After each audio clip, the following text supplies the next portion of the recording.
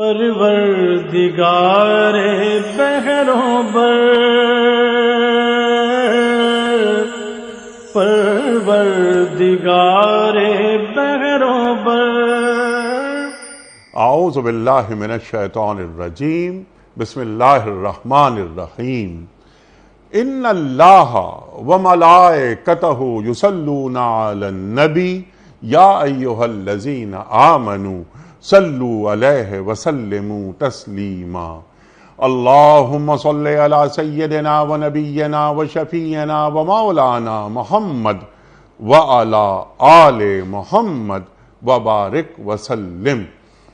محترم خواتین و حضرات، السلام علیکم۔ پیام صبح کے ساتھ ایک بار پھر حاضر میں ہوں آپ کا میزبان انیق احمد۔ خواتین و حضرات، روزانہ آپ کی خدمت میں حاضر ہوتے ہیں، قرآن کریم کی مختلف آیات پر ہمارے معزز علماء گفتگو فرماتے ہیں اور قرآن کریم کی ان آیات کے معنی ہمیں سمجھاتے ہیں، بتاتے ہیں کہ قرآن کریم کی یہ آیات ہم سے کیا مخاطبت کر رہی ہیں اور ہم سے کیا تقاضے کرتی ہیں۔ ہم میں سے اکثر عربی زبان سے واقف نہیں، معنی مفاہیم سے واقف نہیں، تو ہم یہ چاہتے ہیں کہ نہ ہی صرف ترجمہ ان آیات کا بلکہ ان کی تفسیر بھی اپنے معزز علماء سے سیکھیں۔ ہمارے ملک کے جید علماء تشریف لاتے ہیں، قرآن کریم سے ہمیں قریب کر دیتے ہیں اور قرآن کریم کے معنی مفاہیم ہمارے اندر اتار دیتے ہیں۔ تقاضے کیا ہیں قرآن کریم کے؟ خواتین و حضرات، آج کی جو آیت ہے وہ سورہ قصص کی آیت نمبر 24 ہے۔ یہ حضرت موسیٰ علیہ السلام کی ایک دعا ہے جو اللہ تعالیٰ نے قرآن کریم میں رکھ دی۔ قرآن کریم میں رکھنے کا مطلب قیامت تک پڑھی جانے والی دعا۔ رب انی لما انزلت الی من خیر فقیر، چھوٹی سی دعا ہے۔ اس دعا کا پس منظر کیا ہے ہم ایک سوال کی شکل میں رکھیں گے۔ موسیٰ علیہ السلام کیا دعا مانگ رہے ہیں کہ جو بھی خیر تو مجھ پہ نازل کرے گا میں اس کا محتاج ہوں۔ خیر سے کیا مراد ہوتی ہے؟ موسیٰ علیہ السلام مصر سے چلتے ہیں، مدین پہنچ رہے ہیں، کیا حالات ہیں؟ پتھر پہ بیٹھے ہوئے ہیں، بھوکے پیاسے ہیں، پھٹے ہوئے کپڑے ہیں، پاؤں میں چپل بھی نہیں ہے، اور وہاں دعا مانگی جا رہی ہے۔ اور پھر جو پانی پلانے کا واقعہ ہے وہ بھی ہمارے معزز مہمان ہمیں بتائیں گے کہ اس دعا کا پس منظر کیا ہے، سیکھیں گے اور پھر جوڑیں گے اس دعا کو حالات حاضرہ سے۔ آج یہ دعا ہم سے کیا کہہ رہی ہے اور رب سے جڑاؤ کیسے پیدا ہوتا ہے، اس دعا کی جو برکتیں ہیں ان برکتوں پر بھی کچھ گفتگو ہم کروائیں گے اپنے معزز مہمان سے۔ خواتین و حضرات، آج کے ہمارے معزز مہمان محترم ڈاکٹر محمد حماد لکھوی صاحب تشریف فرما ہیں لاہور میں۔ ڈاکٹر صاحب، میں آپ کا بڑا شکر گزار، آپ تشریف لائے۔ ڈاکٹر صاحب ایک جانا مانا نام ہمارے ملک کا، ڈین ہے پنجاب یونیورسٹی میں، پیام صبح میں تشریف لاتے ہیں اور ہمیں سکھاتے ہیں، قرآن کریم سے ہمیں قریب کر دیتے ہیں۔ ڈاکٹر صاحب کو خوش آمدید کہتے ہوئے پروگرام کا آغاز اللہ تعالیٰ کے بابرکت نام سے، سورہ قصص اور آیت نمبر 24۔ اعوذ باللہ من الشیطان الرجیم، بسم اللہ الرحمن الرحیم۔ فسقى لهما ثم تولى إلى الظل فقال رب إني لما أنزلت إلي من خير فقير۔ صدق اللہ العظیم۔ یہ سن کر موسیٰ علیہ السلام نے ان کے جانوروں کو پانی پلا دیا، پھر ایک سائے کی جگہ جا بیٹھے اور بولے، پروردگار جو خیر بھی تو مجھ پر نازل کر دے میں اس کا محتاج ہوں۔ صدق اللہ العظیم۔ خواتین و حضرات، محترم ڈاکٹر حماد لکھوی صاحب کی خدمت میں اس سے پہلے کہ ہم رکھیں آج کے پروگرام کے حوالے سے پہلا سوال، کل کے پوچھے گئے سوال کا درست جواب اور آج کا سوال آپ کی خدمت میں۔ کل کا سوال یہ تھا کہ قرآن کریم کی کس صورت میں ابو لہب اور اس کی بیوی کا ذکر آیا ہے؟ درست جواب سورہ لہب میں۔ آج کا سوال نوٹ فرما لیجئے، قرآن کریم کی کتنی سورتوں کا آغاز الحمد سے ہوتا ہے؟ قرآن کریم کی کتنی سورتوں کا آغاز الحمد سے ہوتا ہے؟ 3، 4 یا 5؟ جو درست جواب آپ سمجھتے ہوں روانہ فرمائیے۔ ہمارے فون نمبرز ہیں 00922134527 ہمارا دوسرا فون نمبر ہے 009221343000980۔ ہمارا ای میل ایڈریس ps@duniatv.tv، ہمارا SMS کا نمبر 3031 اور ہمارا واٹس ایپ کا نمبر ہے 0092321825019 ڈاکٹر صاحب ارشاد فرمائیے، یہ سورہ قصص آیت نمبر 24، اس دعا کا پس منظر کیا ہے؟ پہلا سوال آپ کی خدمت میں۔ بسم اللہ الرحمن الرحیم۔ نہیں بھائی، اس کے پس منظر کے اعتبار سے دو طرح کا پس منظر ذہن میں رکھنا چاہیے۔ ایک تو واقعاتی پس منظر ہے اور ایک سیاق و سباق کے حوالے سے اس کا پس منظر ہے۔ جو سیاق و سباق ہے سورۃ القصص کا، تو یہ ظاہر ہے مکی صورت ہے، اور مکی صورتوں میں انذار کا، توحید کے اس بات کا اور شرک کے رد کا، اور خاص طور پہ جب مخاطب اس کے مشرکین مکہ ہوں تو اس میں انذار اور تنبیہ کا انداز اور اسلوب اپنایا گیا ہے۔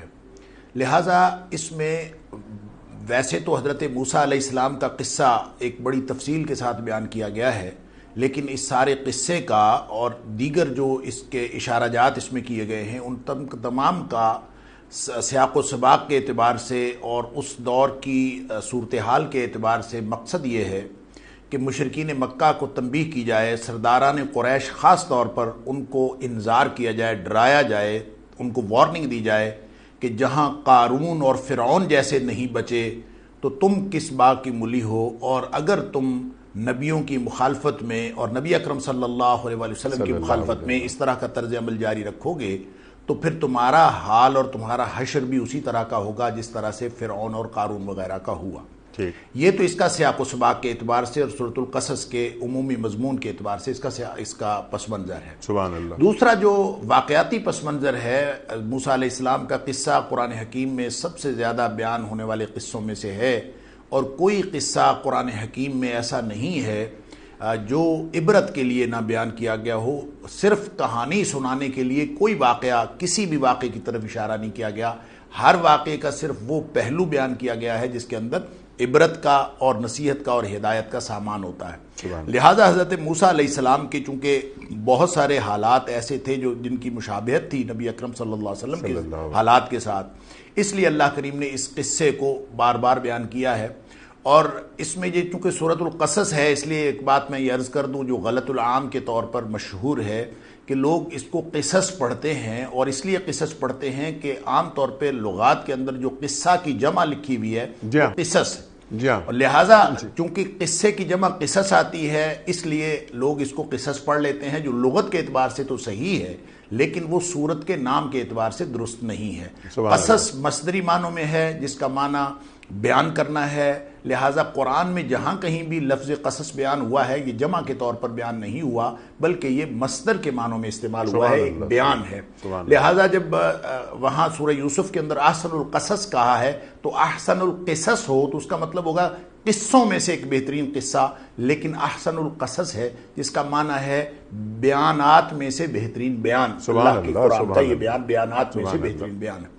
لہٰذا اس حضرت موسیٰ علیہ السلام کے قصے میں سے یہ جو حصہ ہے خاص طور پر جہاں یہ دعا وارد ہوئی ہے اور جس آیت کو آج ہم نے موضوع بنایا ہے، انیق صاحب یہ بہت ہی کروشل اور زندگی کے کسی بھی شخص کی انفرادی زندگی اور اجتماعی زندگیوں میں، قوموں کی اجتماعی زندگیوں میں جو ڈاؤن فالز آتے ہیں یا جو اپس اینڈ ڈاؤنز ہوتے ہیں، ان ڈاؤنز میں سے یہ سب سے زیادہ ایک ایسا مرحلہ ہے جس وقت حضرت موسیٰ علیہ السلام کو سامنے نہ تو کوئی منزل نظر آ رہی تھی اور بھوکے پیاسے تھے، آپ وہاں سے نکلے فرعون اور فرعونیوں کے ڈر سے کہ انہوں نے ایک آپ کے قتل کا منصوبہ بنایا تھا، آپ نے وہاں سے ہجرت کی اور کئی دن پیدل چلتے ہوئے آپ کے پاؤں میں چھالے پڑ چکے تھے، کھانے کو کوئی چیز میسر نہیں تھی، اور اس اعتبار سے علامہ ابن کثیر علیہ رحمہ نے لکھا ہے کہ درختوں کے پتے اور جڑی بوٹیاں کھاتے ہوئے آپ کے جسم سے وہ سبزی ظاہر ہونا شروع ہو گئی تھی جو آپ گزشتہ چند یوم سے صرف اور صرف گھاس پھوس اور پتوں پہ گزارا کر رہے تھے. آپ کو کھانے کو خوراک کے اعتبار سے آدھی کھجور بھی میسر نہیں آئی تھی.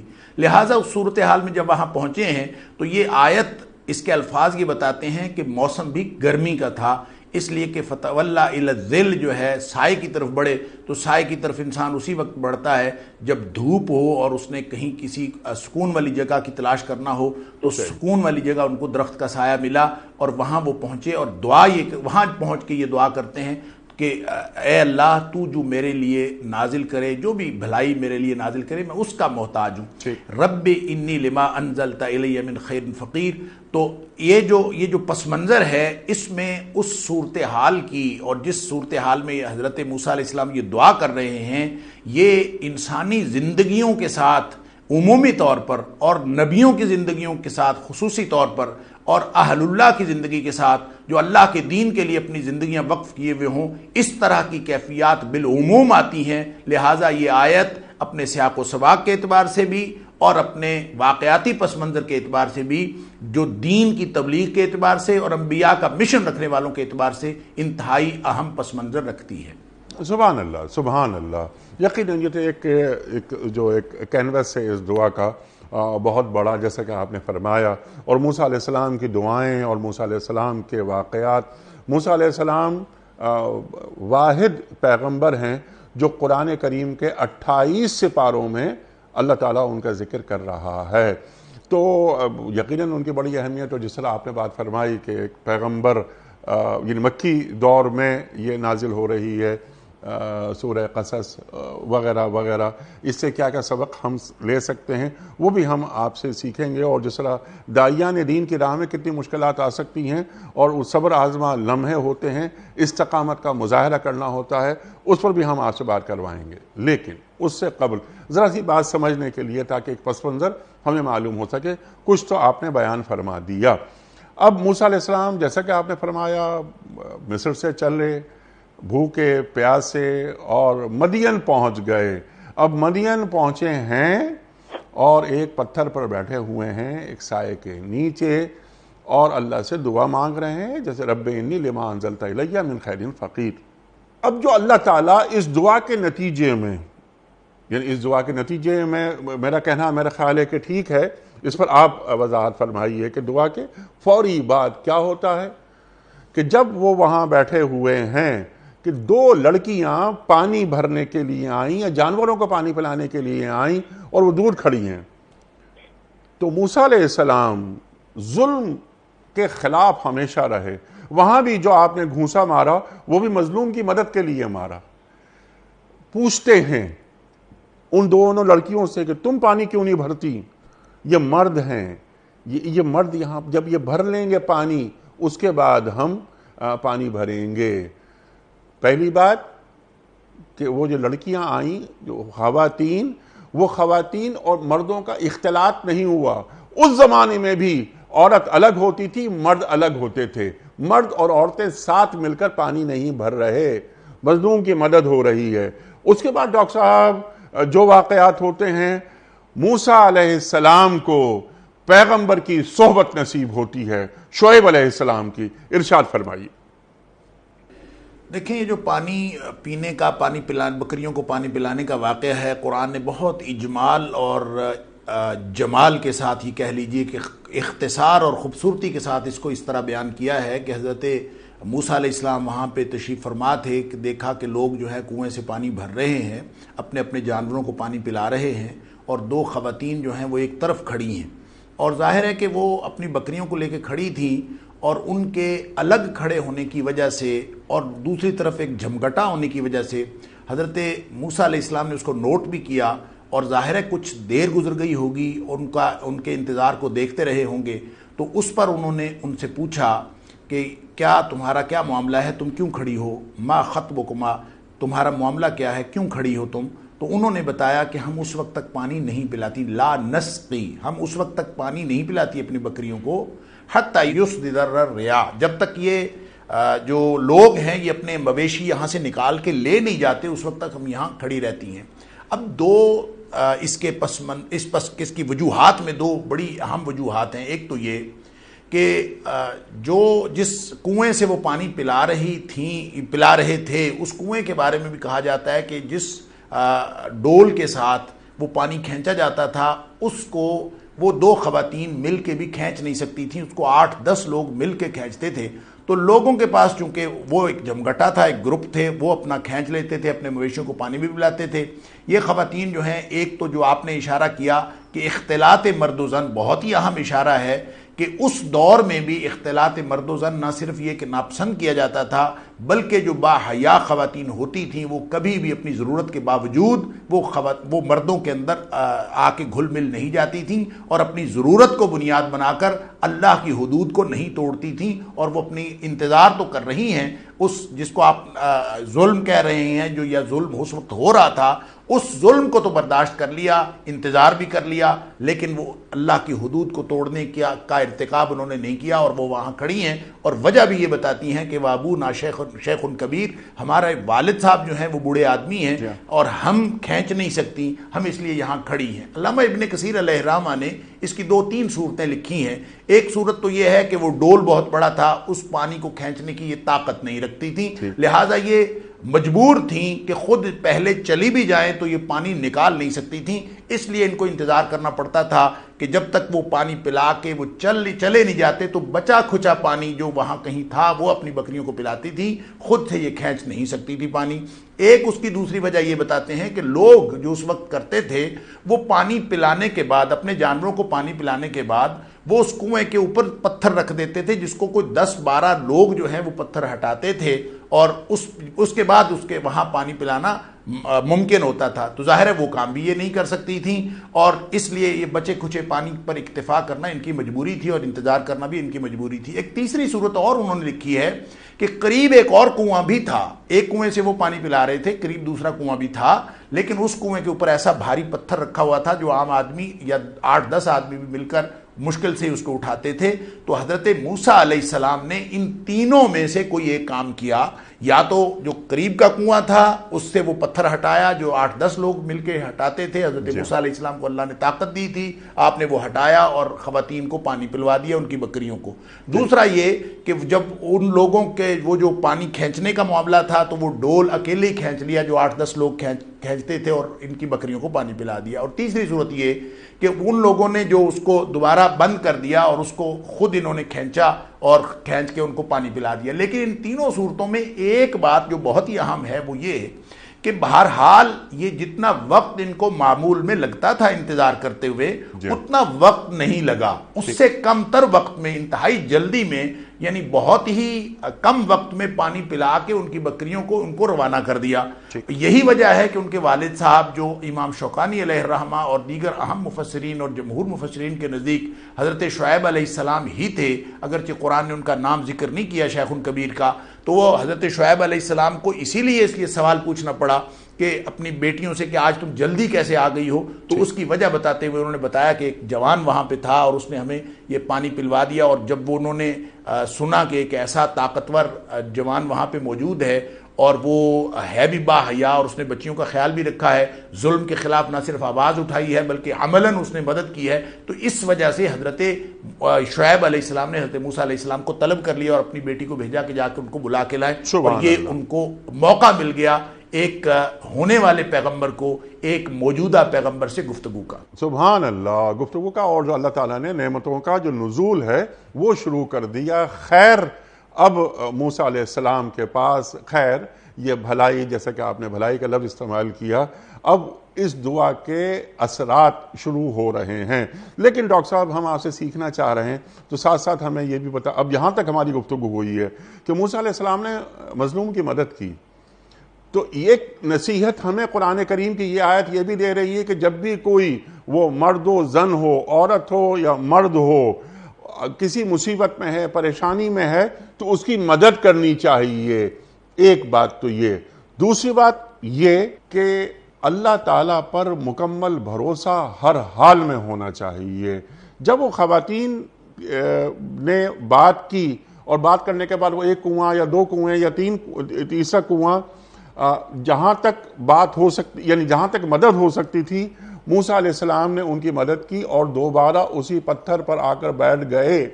یہاں پر جو ہمیں جو 2-3 نصیحتیں مل رہی ہیں وہ نصیحتیں کیا کیا ہیں ڈاکٹر صاحب؟ ذرا اس کے بعد پھر ہم وہاں پہنچیں گے جہاں آپ ہمیں لے جا رہے ہیں کہ پھر شعیب علیہ السلام اپنی بچیوں میں سے ایک بچی کو بھیج رہے ہیں کہ تم واپس جاؤ اور اس نوجوان کو ہم اجرت دیں گے۔ وہ اجرت کا معاملہ کیا ہے؟ پھر جب وہ خاتون آتی ہیں تو قرآن کریم انہیں فرما رہا ہے ان کے تعلق سے کہ وہ حیادار انداز میں آ رہی ہیں، شرم و حیا کے ساتھ آ رہی ہیں۔ تو ایک اور پیغام یہ جا رہا ہے کہ جب عورت گھر سے باہر ہوتی ہے، کسی کام سے جاتی ہے، دین اسے روکتا نہیں ہے، لیکن وہ شرم و حیا کو ہمیشہ پیش نظر رکھتی ہے۔ ارشاد۔ دیکھیں، جہاں تک پہلی بات کا تعلق ہے کہ جو آپ نے سوال کیا، بہت ہی میں سمجھتا ہوں بر موقع اور خوبصورت سوال ہے کہ انسان کو کسی دوسرے انسان کی مدد کرنے کے لیے اپنے حالات کا رونا نہیں رونا چاہیے۔ وہ اپنے حالات کو بنیاد نہیں بنا سکتا، بہانہ نہیں بنا سکتا، یہ اس کے لیے ڈیفنس نہیں ہے کہ وہ یہ کہے کہ جناب چونکہ میرے حالات ایسے تھے اس لیے میں کسی کی مدد نہیں کر سکتا تھا۔ اب حضرت موسیٰ علیہ السلام کی آپ کیفیت کا اندازہ کریں جو روایات کے اندر آئی ہے، یا جس طرح اس واقعے کے سیاق و سباق کے اعتبار سے ہمیں سمجھ آتی ہے کہ ایک آدمی جس کے پاؤں میں چھالے پڑے ہوئے ہوں اور کئی دن سے بھوکا ہو اور سوائے پتوں اور جڑی بوٹیوں کے اس کو کچھ کھانے کو نہ ملا ہو، تو اس کے پاس کتنی جینون ریزن ہے کہ وہ کہے کہ میں تو خود جو ہے وہ بھوکا پیاسا پڑا ہوا ہوں اور میں اس وقت جو ہے وہ 8-10 لوگوں کے کرنے والا کام اکیلا کیسے کر سکتا ہوں، اور میں اس وقت گویا خود مدد کے لیے بیٹھا ہوں اور مدد کا محتاج ہوں، میں کسی کی مدد کیوں کروں؟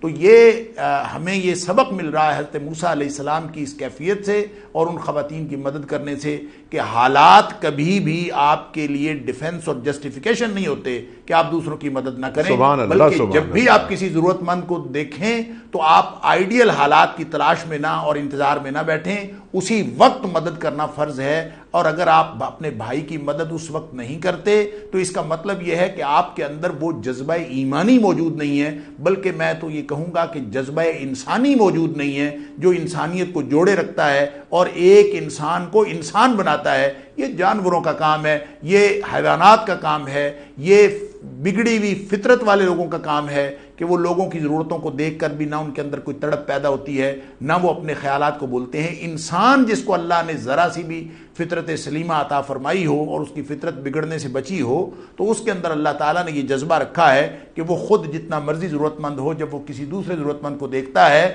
تو اسی وقت اس کے اندر سے وہ فطرت سلیمہ وہ انگڑائی لیتی ہے اور وہ شخص اپنے تمام تر مجبوریوں کے باوجود جس قدر ممکن ہو وہ مدد پر کھڑا ہو جاتا ہے۔ موسیٰ علیہ السلام کی زندگی کے اس واقعے سے ایک سبق تو یہ ملتا ہے۔ دوسرا جو حضرت موسیٰ علیہ السلام نے یہ دعا کی ہے، آپ نے جو بہت ہی عمدہ نقطہ اٹھایا کہ صرف اللہ پر بھروسہ کرنا چاہیے، تو دعا کے آپ الفاظ پر غور کریں تو اس میں 2-3 بہت ہی عمدہ نصیحتیں ہیں۔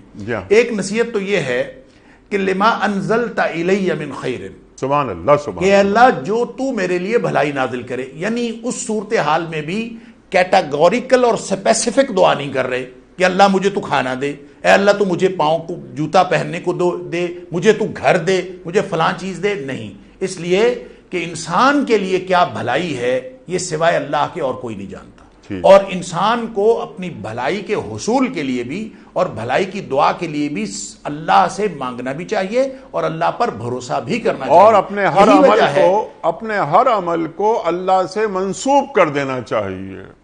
بالکل صحیح آپ نے فرمایا، اور اسی لیے نبی اکرم صلی اللہ علیہ وسلم نے جو دعائے حاجت بھی سکھائی اپنی امت کو، تو دعائے حاجت ان دعاؤں میں سے ایک دعا ہے کہ صحابہ کرام کہتے ہیں کہ نبی اکرم صلی اللہ علیہ وسلم ہمیں اس قدر اہتمام سے سکھایا کرتے تھے جیسے قرآن کی کوئی سورت ہو، اس اہتمام سے سکھاتے تھے۔ تو دعائے حاجت میں بھی جو الفاظ ہیں کہ اللہ تو میرے کوئی گناہ نہ چھوڑ، سارے گناہ میرے معاف کر دے اور میرے غم سارے دور کر دے، وَلَا حَاجَةً هِيَ لَكَ رِضًا إِلَّا قَضَيْتَهَا، کہ اللہ میری کوئی حاجت نہ چھوڑ۔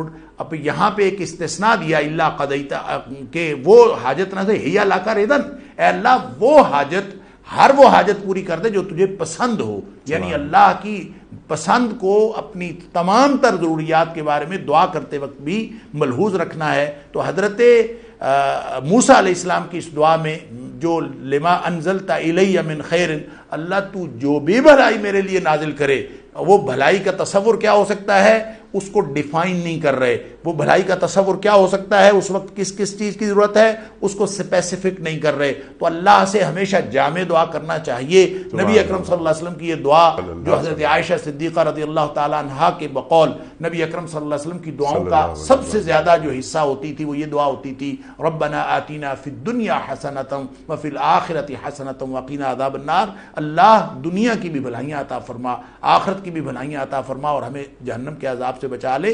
تو یہ اس کا مطلب یہ ہوا کہ دعا انبیاء جب بھی کرتے تھے یا اہل اللہ جب بھی دعا کرتے ہیں، اور دعا کا طریقہ یہ ہے کہ اس کو کبھی بھی کیٹاگوریکل، اسپیسیفک اور اپنی ضرورت کو ڈیفائن کر کے نہیں ہونی چاہیے، بلکہ اللہ تعالیٰ سے بھلائی خیر کی توقع رکھنی چاہیے، جو اللہ نے انسان کے لیے خیر سمجھی ہو، جو اللہ نے انسان کے لیے خیر اتاری ہو، اور جو اللہ انسان کے لیے بھلائی کرے۔ گویا خیر و شر کا تصور دنیا کائنات میں جہاں کہیں بھی پایا جاتا ہے اس پر اعتماد نہیں کرنا، چاہے وہ انفرادی کسی نظریے کا نتیجہ ہو، چاہے وہ قوموں کے شعور کا نتیجہ ہو، چاہے وہ تہذیبوں کے شعور کا نتیجہ ہو، چاہے وہ علمی ارتقاء کا نتیجہ ہو، اس پر اس خیر و شر کے تصور پر اعتماد نہیں کرنا، بلکہ اللہ کے دیے ہوئے خیر و شر اور اللہ جو انسان کے لیے خیر سمجھے اس خیر پر اعتماد کرتے ہوئے رب انی لما انزلت الی من خیر فقیر، اور اللہ میں اس کا محتاج ہوں۔ اب جو اگلا لفظ ہے دوسرا فقیر، اس کو بھی غور سے سمجھنا چاہیے کہ اللہ سے دعا مانگتے وقت انسان کو اپنے آپ کو اپنے اندر یہ احساسات پیدا کرنا ضروری ہے، اللہ کے بھروسے کے اندر، اللہ کے اوپر بھروسے کے اندر یہ بات شامل ہے کہ علاوہ ازیں جتنے بھروسے ہیں یا جتنی کوئی فوٹنگ ہے، جتنی کوئی سٹینڈنگ ہے، جتنے کوئی امید کے پہلو ہیں، ان سب کو خارج از امکان کر دیا جائے، ان کو مائنس کر دیا جائے اور خالص اللہ پر بھروسہ کیا جائے۔ ایک مسکین ہوتا ہے، مسکین کے پاس کچھ چیز ہو کچھ نہ ہو، مسکین کی ڈیفینیشن یہ کی جاتی ہے کہ وہ شخص جس کے ذرائع آمدن اس قدر ہوں کہ اس کی ضروریات زندگی پوری نہ ہوں، اس سے کم ہوں، اس کو مسکین کہا جاتا ہے، اور فقیر اس شخص کو کہا جاتا ہے جو بالکل محتاج ہو، اس کے پاس کچھ بھی نہ ہو۔ اور اللہ نے ہمیں جو تصور دیا ہے اللہ کے سامنے بندگی کا وہ یہ کہ نحن فقراء الی اللہ، ہم اللہ کے فقیر ہیں، اللہ غنی ہے اور ہم فقیر ہیں۔ فقیر کا مطلب ہوتا ہے محتاج۔ گویا جب اللہ کے سامنے آپ دعا کر رہے ہوں تو آپ کے پاس اگرچہ ہاتھ موجود ہوں، ہنر موجود ہو، آپ کے پاس وسائل موجود ہوں، تو ان وسائل کے بھروسے کو اللہ کے سامنے دعا میں شامل نہیں کرنا، بلکہ مکمل احتیاج کے ساتھ، مکمل ضرورت مند ہو کر اور کامل سپردگی کے ساتھ اللہ سے دعا کرنی ہے۔ یہ وہ اہم پہلو ہیں جو اس دعا کے اندر شامل ہیں۔ سبحان اللہ، سبحان اللہ۔ اب یہ فقیر اور یہ فقر یہ ایک بہت بڑا موضوع ہے، لیکن چھوٹی سی ایک بات تاکہ پھر ہم فوراً آگے چلیں کہ ڈاکٹر صاحب جو آپ نے بات فرمائی فقیر اور وضاحت فرما دی اس کے معنی اور مفاہیم کی، لیکن اس فقیری کا تعلق یعنی موسیٰ علیہ السلام کی جو فقیری ہے جو اس دعا کا حصہ ہے رب انی لما انزلت الی من خیر فقیر، تو یہ محتاجی صرف یہ وسائل کی محتاجی ہے یا اس خیر کی محتاجی ہے جو اللہ نازل کرنا چاہ رہا ہے؟ سبحان اللہ، سبحان اللہ، بہت ہی عمدہ سوال۔ انیک بھائی، فقر اصل میں ایک قلبی کیفیت کا نام ہے، اس کا تعلق وسائل کے ہونے یا نہ ہونے کے ساتھ نہیں ہے۔ وہ قلبی کیفیت جو انسان اللہ کے ساتھ انٹریکٹ کرتے ہوئے، اللہ کے ساتھ دعا کرتے ہوئے، اللہ کے ساتھ بندگی کا اظہار کرتے ہوئے جس کیفیت کو وہ اپنے اندر موجود پاتا ہے اور جس طرح خالص کرتا ہے اللہ کے لیے، وہ فقر ہے۔ اس احتیاج کا نام ہے جس کو آپ خیر کی احتیاج کہیں، اللہ کی رضا کی احتیاج کہیں، اللہ کی ناراضگی سے بچنے کی احتیاج کریں، اللہ کی بندگی اور بندہ ہو کے اللہ کی پسندیدہ ترین شخصیت بن جانے کی احتیاج۔ یہ وہ احتیاجات ہیں جس کو آپ کہہ لیجئے اللہ کی ناراضگی سے بچنے کی احتیاج اور اللہ کی رضامندی حاصل کر لینے کی احتیاج۔ یہی بھلائی ہے، اس کو بغیر ڈیفائن کیے یہ کہہ دینا اور اپنے آپ کو اللہ کے سامنے سبمٹ کر دینا، اللہ جس بات پر تو راضی ہو مجھے وہ چاہیے، اور جہاں تیری ناراضگی سے بچنے کا امکان ہو مجھے وہ چاہیے۔ اللہ کی ناراضگی سے بچ کر اللہ کی رضامندی حاصل کرنے کی جو تڑپ ہے اس کو تقویٰ کہتے ہیں، اور جو لوگ اس طرح سے زندگی گزارتے ہیں ان کو اللہ نے قرآن حکیم میں اولیاء اللہ کہا ہے کہ یہ اللہ کے اولیاء ہیں، اللہ کے دوست ہیں، جو ہر وقت الذین آمنوا وکانوا یتقون، جو ہر وقت اللہ پر ایمان رکھتے ہوئے، اللہ پر بھروسہ رکھتے ہوئے اپنے دل میں یہ تڑپ رکھتے ہیں کہ ہم اللہ کی ناراضگی سے بچیں اور اللہ کی رضامندی اختیار کریں۔ لہذا جب فقیر کہہ رہے ہیں کہ اللہ میں تیری نازل کردہ بھلائی کا فقیر ہوں، اس کا محتاج ہوں، تو اس کا مطلب یہ ہے کہ یہ وسائل کا مطالبہ نہیں ہے، یہ وسائل کی دعا نہیں ہے، یہ دراصل اللہ کی رضامندی کی دعا ہے۔ اور جو اصل فقیر ہوتا ہے وہ ہمیشہ اللہ کی رضامندی کا فقیر اور محتاج ہوتا ہے۔ اللہ اکبر، اللہ اکبر، اللہ اکبر، سبحان اللہ، سبحان اللہ۔ ڈاکٹر صاحب، الفقر فخری، اللہ کے رسول فرماتے ہیں صلی اللہ علیہ وآلہ وسلم، اور وہ اقبال یاد آتے ہیں نا بار بار، تو اقبال فرماتے ہیں، اور کیا سبحان اللہ، سبحان اللہ، اور اقبال کتنا بڑا کینوس کر دیتے ہیں کہ کیا گیا ہے غلامی میں مبتلا تجھ کو، کیا گیا ہے غلامی میں مبتلا تجھ کو، کہ تجھ سے ہو نہ سکی فقر کی نگہبانی۔ واہ واہ، اللہ اکبر۔ تو اس فقر کی نگہبانی بھی کرنی پڑتی ہے نا ڈاکٹر صاحب؟ بالکل صحیح۔ اچھا، اب یہاں ہم دوبارہ ذرا اس پر آپ نے بالکل واضح کر دی یہ بات، اور یہ سمجھ میں آ گئی یہ بات کہ فقیری کسے کہتے ہیں اور کس فقر پر اللہ کے رسول صلی اللہ علیہ وآلہ وسلم اپنے فخر کا اظہار کر رہے ہیں۔ اچھا، اب یہ ہوا کہ جب وہ گھر پہنچی جلدی کیسے آ گئی؟ اس لیے کہ وہ ایک نوجوان وہاں بیٹھا ہوا تھا، اس نے مدد کر دی ہماری، اور شعیب علیہ السلام نے ایک لڑکی کو بھیجا کہ اس کو لے کر آؤ تاکہ ہم اجرت دے دیں۔ یعنی کوئی کام ہم اپنے اوپر کوئی بات نہ لیں، یعنی ہم کسی کا احسان لینا بھی گوارا نہ کریں۔ کیا ایک سبق یہ بھی ملتا ہے کہ ہمیں اس کو جو بھی ہمارے کام آئے تو ہم اس کا حساب لوٹا دیں۔ سرکار دو عالم صلی اللہ علیہ وآلہ وسلم کا ارشاد، اللہ اکبر، اللہ اکبر، آپ فرماتے ہیں کہ دنیا میں جتنے لوگ ہیں، جتنے افراد، ان سب کے احسانات کو میں نے اتار دیا سوائے ایک کے، اور اس ایک کا نام ہے ابو بکر صدیق رضی اللہ تعالیٰ عنہ۔ ارشاد ڈاکٹر صاحب۔ قرآن کہتا ہے حل جزاء الاحسان الا الاحسان، کہ کیا احسان کا بدلہ کوئی احسان کے علاوہ بھی ہو سکتا ہے؟ اب یقیناً یہ اللہ تعالیٰ نے ایک اصول دیا ہے تو یہ استفہامی انداز میں ایک استفسار، لیکن یہ ایک ایسا شاندار اصول ہے، اور پھر ساتھ اللہ کے رسول صلی اللہ علیہ وسلم کا یہ فرمان ملا لیجئے کہ من لم یشکر الناس لم یشکر اللہ، جو لوگوں کا شکریہ ادا نہیں کرتا وہ دراصل اللہ کا شکر بھی ادا نہیں کرتا۔ تو اللہ تعالیٰ نے جو نظام بنایا ہے اس میں انسانوں کا سبب بنتے ہیں، مدد کا سبب بنتے ہیں، خیر کا سبب بنتے ہیں، بھلائی کا سبب بنتے ہیں، اور بہت ساری ضروریات پوری کرنے کا سبب بنتے ہیں۔ اور اللہ نے انسانوں کے درمیان یہ جو خیر خواہی کا تعلق ہے، الدین النصیحہ کہہ کے بھی نبی کریم صلی اللہ علیہ وسلم نے بیان فرما دیا کہ ہر شخص کے لیے خیر خواہی کرنا یہ دین کا بنیادی خاصہ ہے۔ لہٰذا جب آپ خیر خواہی کرتے ہیں تو اس خیر خواہی کا جواب یہ ہے کہ آپ بھی اسی طرح کا بدلہ دیں۔ نبی اکرم صلی اللہ علیہ وسلم نے جو فرمایا تہادوا تحابوا، آپس میں ایک دوسرے کو ہدیہ دیا کرو، اس سے تمہاری آپس میں محبت بڑھے گی، تو ساتھ نبی اکرم صلی اللہ علیہ وسلم نے یہ بات بھی، یہ ادب بھی سکھایا کہ جب تمہیں کوئی ہدیہ دے، کسی طرف سے کوئی ہدیہ آئے یا کوئی بھی چیز تمہارے تک خیر کی پہنچے تو اس کا شکریہ ضرور ادا کرو۔ جب آپ اس کا شکریہ ادا کرتے ہیں تو اس بندے کی ایک فطری طور پر، طبعی طور پر ایک سیٹسفیکشن ہوتی ہے، وہ سیٹسفیکشن آپس کے تعلقات کو بہتر بنانے میں مدد دیتی ہے۔ اس طرح سے باہمی محبتیں اور الفتیں بڑھتی ہیں، نفرتیں ختم ہوتی ہیں، لہٰذا ایک شاندار معاشرتی نظام وجود پذیر ہوتا ہے جس کا اسلام اصل میں اسے مطالبہ کرتا ہے۔ اس لیے یہ صرف ہے تو کہنے کو ایک چھوٹا سا ادب کہ آپ شکریہ ادا کریں اور کوئی بھی چیز جو ہے وہ ان اٹینڈڈ نہ چھوڑیں، ان ایڈریسڈ نہ ہو، کہ کسی شخص نے آپ کے اوپر احسان کیا ہے، کوئی آپ کا کام کیا ہے، کوئی مدد کی ہے، اور آپ شکریہ کہے بغیر آگے بڑھ جائیں یا اس کو اٹینڈ کیے بغیر، ایڈریس کیے بغیر آگے بڑھ جائیں۔ اس شخص کی اس پر دل گرفتگی ہوتی ہے، دل شکنی ہوتی ہے، اور وہ جو دل شکنی کا امکان ہے وہ نفرتوں کا باعث ہو سکتا ہے۔ لہٰذا محبتوں کی داستان کو آگے بڑھانا ہے، نفرتوں کو ختم کرنا ہے، یہ اسلام کا معاشرتی طور پر بنیادی مقاصد میں سے ایک مقصد ہے۔ حضرت عائشہ صدیقہ رضی اللہ تعالی عنہا کے بارے میں آتا ہے کہ آپ کو کوئی شخص، ایک تو مختلف جو کوئی شخص کام کرتا یا کوئی اچھائی ہوتی تو آپ اس کو شکریہ ادا کرتی، لیکن آپ کو اگر کوئی شخص جزاک اللہ بھی کہتا یا جزاکم اللہ بھی کہتا کبھی کسی معاملے میں، تو آپ اس کے جواب میں بھی جزاک اللہ یا جزاکم اللہ فرماتی۔ تو کسی شخص نے پوچھا جزاکم اللہ کا معنی یہ ہے کہ اللہ تمہیں اچھا بدلہ دے، جزاکم اللہ خیرن، اور نبی اکرم صلی اللہ علیہ وسلم نے یہ بھی ادب سکھایا ہے کہ کوئی بھی کام آپ کا ہوتا ہے آپ اس کے جواب میں یہ کہیں جزاک اللہ خیرن. اگر خاتون ہے جزاک اللہ خیرن آپ کہتے ہیں، ادبن آپ جزاکم اللہ کہہ سکتے ہیں، جزاکم اللہ خیرن. اچھا، حضرت عائشہ صدیقہ رضی اللہ تعالیٰ عنہ سے کسی نے پوچھا کہ اماں جی آپ جزاک اللہ کے جواب میں بھی جزاک اللہ ہی فرماتی ہیں، اس کا کیا مطلب ہے؟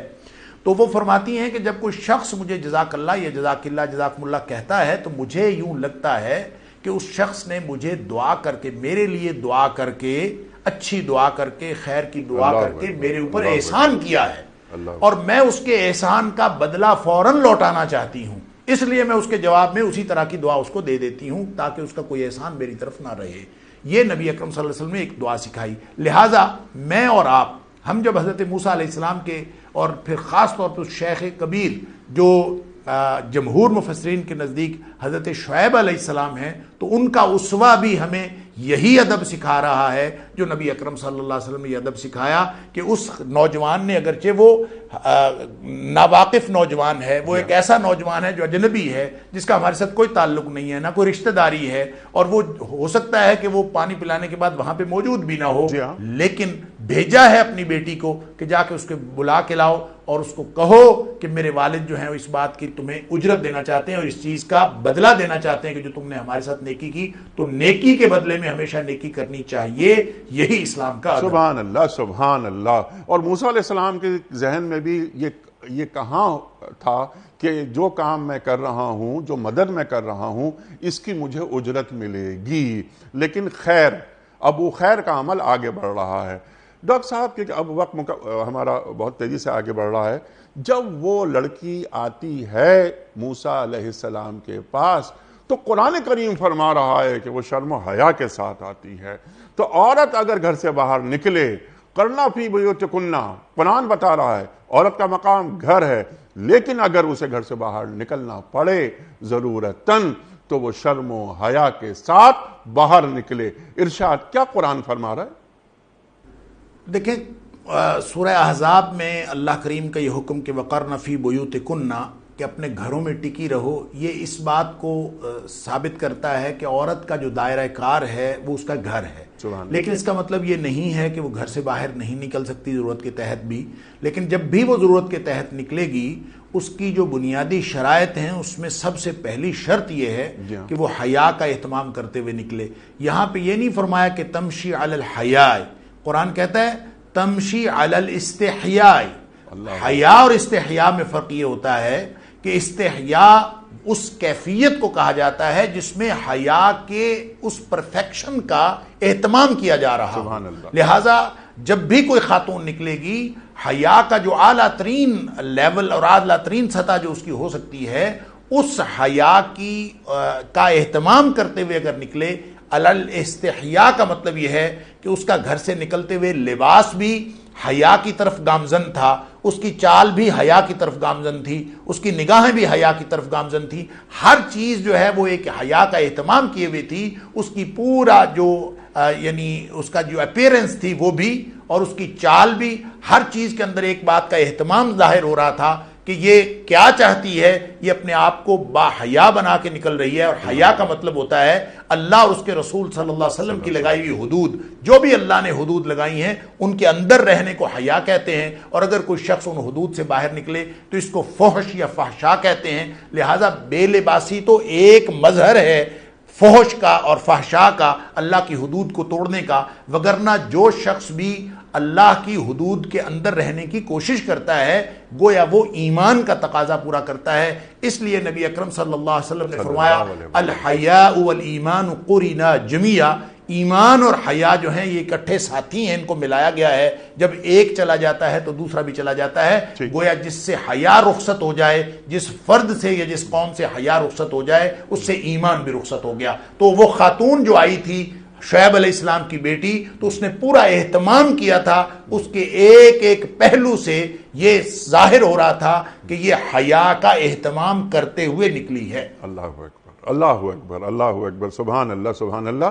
اور امت کی خواتین کو آپ نے پیغام بھی دے دیا. سبحان اللہ. ڈاکٹر صاحب، اب وہ موسیٰ علیہ السلام ان خاتون کے ساتھ شعیب علیہ السلام کے گھر جا رہے ہیں. اچھا ہونا تو یہ چاہیے تھا نا کہ راستہ بتانے والا وہ آگے رہتا ہے اور جو پیچھے چل رہا ہے کہ مجھے تو راستہ نہیں معلوم. موسیٰ علیہ السلام کو تو وہ علاقہ نہیں معلوم تھا، لیکن موسیٰ علیہ السلام نے خاتون کو پیچھے رکھا، خود آگے ہیں کہ تم پیچھے سے مجھے بتاتی رہو کہ کہیں میری نگاہ تم پر نہ پڑے، بار بار تم مجھے آواز دو. کنکریاں بھی کئی مفسرین نے اس پہ لکھا ہے. ڈاکٹر صاحب یہ بھی ایک پہلو ہے کردار کا اور آنکھوں کی حفاظت کا. تو آنکھ کی حفاظت کرنا کتنا ضروری ہے، کیونکہ آنکھ ہی تو بدن کا چراغ ہے. یہی بات اب وہاں پر قوی اور امین کے معنوں میں بھی آ رہی ہے. جب رکھا جاتا ہے موسیٰ علیہ السلام کو اجرت پر گھر میں، تو کیا خوبی ہے اس نوجوان میں کہ یہ قوی ہے اور امین بھی ہے. قوی نظر آتا ہے ایک آدمی کا بہت اچھے جسے کا مالک ہے، بہت جاندار ہے، طاقتور ہے. امین کیسے معلوم ہو گیا اس خاتون کو؟ اس لیے کہ اسے معلوم ہے کہ اس نوجوان کی آنکھوں میں امانت داری تھی. تو یہ قوی بھی ہے اور یہ امین بھی. ڈاکٹر صاحب ارشاد فرمائیے اور ذرا جوڑ دیجئے حالات حاضرہ سے. دیکھیں جو استحیاء ہے یا حیا کا اہتمام ہے، یہ صرف خواتین کے ساتھ مخصوص نہیں ہے، یہ مردوں کے ساتھ بھی مخصوص ہے. غض بصر. اور اللہ تعالیٰ نے ایکولی دونوں کو، مردوں کو بھی، مومن مردوں کو بھی حکم دیا ہے کہ یغضوا من ابصارہم، کہ وہ اپنی آنکھیں، نگاہوں کی حفاظت کریں اور نگاہوں کو نیچے رکھیں. اور یہی حکم جو ہے وہ خواتین کو بھی ہے کہ یغضضن من ابصارہن، کہ وہ اپنی آنکھیں جو ہیں وہ نگاہیں نیچی رکھیں. تو اس کا مطلب ہے استحیاء یعنی حیا کا اہتمام. ظاہر ہے جب اس کا تعلق ایمان کے ساتھ ہے تو ایمان مرد اور عورت کی تقسیم اور تفریق نہیں کرتا. ایمان دونوں کے لیے ضروری ہے اور دونوں کے لیے کامل سپردگی اللہ کے سامنے ضروری ہے، اور لہٰذا دونوں کا باحیا ہونا ضروری ہے. جب حضرت موسیٰ علیہ السلام اس کے ساتھ چلے ہیں تو موسیٰ علیہ السلام نے بھی اس استحیاء کا پورا اہتمام کیا ہے، حیا کو مینٹین کرنے کا پورا اہتمام کیا ہے. لہٰذا حضرت موسیٰ علیہ السلام اگر اپنی نگاہوں سے، اپنے الفاظ سے کسی بھی طرح کی بے باکی کا اظہار کرتے تو وہ گویا استحیاء کے منافی ہوتا. نبی اکرم صلی اللہ علیہ وسلم کا ایک فرمان ہے استحیوا من اللہ حق الحیاء، کہ دیکھو اللہ سے حیا اس طرح کیا کرو جس طرح اللہ سے حیا کرنے کا حق ہے. اب صحابہ کرام حیران ہو گئے، اللہ کے رسول صلی اللہ علیہ وسلم ہم تو اللہ سے حیا کرتے ہیں. فرمایا نہیں، اس کا مطلب یہ نہیں ہے. اس کا مطلب یہ ہے کہ اگر کوئی شخص اللہ سے حیا کرنا چاہتا ہے تو اپنی خواہشات اور اپنی سوچوں کی بھی حفاظت کرے. وہ یہ نہ دیکھے کہ موقع کیا ہے، اس موقع پہ میں کیا کر سکتا ہوں، بلکہ وہ اس بات کو بھی سوچے کہ جو میں سوچ سکتا ہوں اس کے اندر بھی بے حیائی نہ ہو، میری سوچ بھی ان حدود سے باہر نہ نکلے. لہٰذا حضرت موسیٰ علیہ السلام کا یہ طرز عمل، اگر وہ خاتون ایک نبی کی بیٹی ہو کر، وہ جو لڑکی آئی تھی اور وہ پورا اہتمام حیا کا کر کے نکلی تھی، تو یہ بھی ہونے والا نبی تھا. اپنے کردار کے اعتبار سے موسیٰ علیہ السلام اس استحیاء کی جو اعلیٰ ترین حدود ہو سکتی تھی ان کی پابندی کرتے ہوئے چلے تھے. لہٰذا آگے چلنا اور پیچھے چلنا وہ بھی دراصل استحیاء کی بات ہے، اس کا اہتمام کرنے کے لیے. اب اگر حضرت موسیٰ علیہ السلام پیچھے ہوتے تو ظاہر ہے کہ اس استحیاء کی حدود اس سے سرک جانے کا خطرہ تھا. اور جو آپ نے نگاہ کی بات کی کہ نگاہ ہی تو ہوتی ہے، نبی اکرم صلی اللہ علیہ وسلم کا فرمان ہے کہ سہم من سہام الشیطان، یہ شیطان کے تیروں میں سے ایک تیر ہے، یہ جہاں لگتا ہے یہ ضرور اثر کرتا ہے. اور نبی اکرم صلی اللہ علیہ وسلم نے فرمایا العینان تزنیان، پہلی بدکاری تو کرتی ہی نگاہیں ہیں، اور نگاہیں اگر اس طرف چل پڑی تو پھر کوئی راستہ روکا نہیں جا سکتا. اور قرآن جو کہتا ہے کہ وَلَا تَقْرَبُوا الزِّنَا إِنَّهُ كَانَ فَاحِشَةً وَسَاءَ سَبِيلًا، یہ جو بدکاری ہے زنا، یہ بہت ہی بڑی بے حیائی کا رستہ ہے، اس کے قریب بھی نہ جاؤ. اور قریب بھی نہ جانے کا مطلب یہ ہے کہ پہلی حفاظت نگاہ کی ہوگی تو آپ اس کی قربت سے بچیں گے، اس راستے سے بچیں گے.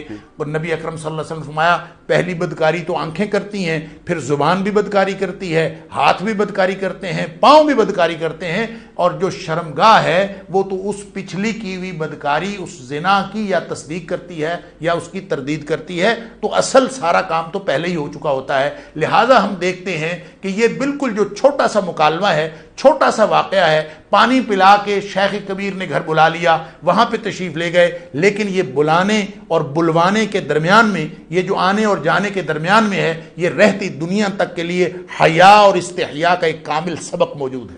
سبحان اللہ، سبحان اللہ. اور پھر یہ دعا کے اثرات اب وہ جب پہنچے گھر اور شیخ کبیر یعنی حضرت شعیب علیہ السلام سے گفتگو ہو رہی ہے، مکالمہ ہوا، پورے حالات بتائے گئے، اور پھر موسیٰ علیہ السلام کو اس گھر میں رکھ لیا گیا کیونکہ وہ قوی بھی اور وہ امین بھی۔